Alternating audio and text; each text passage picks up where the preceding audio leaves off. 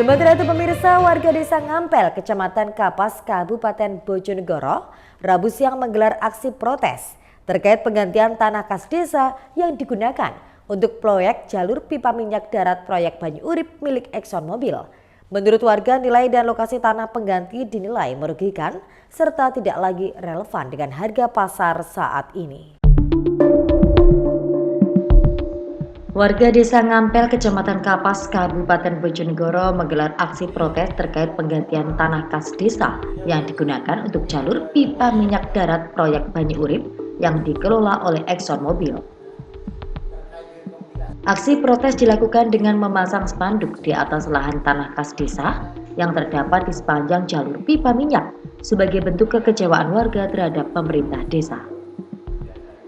Warga yang tergabung dalam Forum Masyarakat Ngampel atau FMN ini menilai pemerintah desa tidak mengindahkan tuntutan masyarakat untuk melakukan peninjauan ulang terhadap nilai tanah pengganti yang dinilai terlalu rendah dan merugikan desa.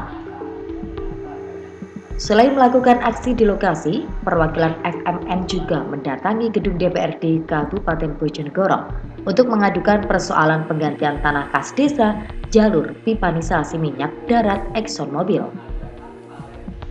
Dalam aduan tersebut, warga minta DPRD Bojonegoro melakukan pendalaman klarifikasi dan memfasilitasi penilaian ulang terhadap nilai dan lokasi tanah pengganti.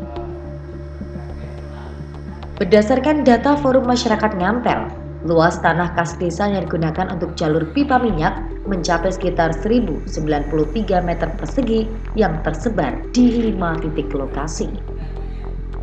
Nilai ganti tanah tersebut mengacu pada hasil appraisal tahun 2011 Rp800.000 per meter persegi. Namun hingga tahun 2024 belum juga direalisasikan. Warga menyebut saat ini harga tanah di lokasi TKD yang berada di bahu jalan kabupaten telah mencapai Rp2.500.000 per meter persegi, sehingga nilai ganti dinilai tidak lagi relevan. Pagi hari ini, 14 Januari, kita sudah ditemui sama pihak perwakilan dari Komisi A di gedung DPRD Bojonegoro terkait tukar guling tanah kas desa Ngampel. Yang kami rasa sebagai warga masyarakat desa Ngampel bahwasanya proses tukar guling tanah kas desa Ngampel ini ada ketidakwajaran karena ada jenjang jeda tahun yang mana tukar tanah kas desa Ngampel itu diappraisal di tahun 2020.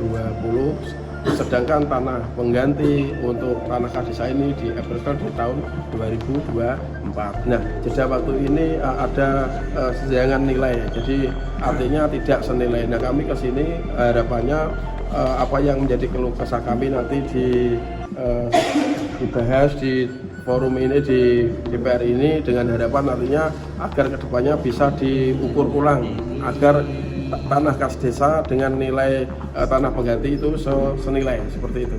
Kesenjangan nilainya tidak sama itu sekitar berapa meter persegi Pak harganya?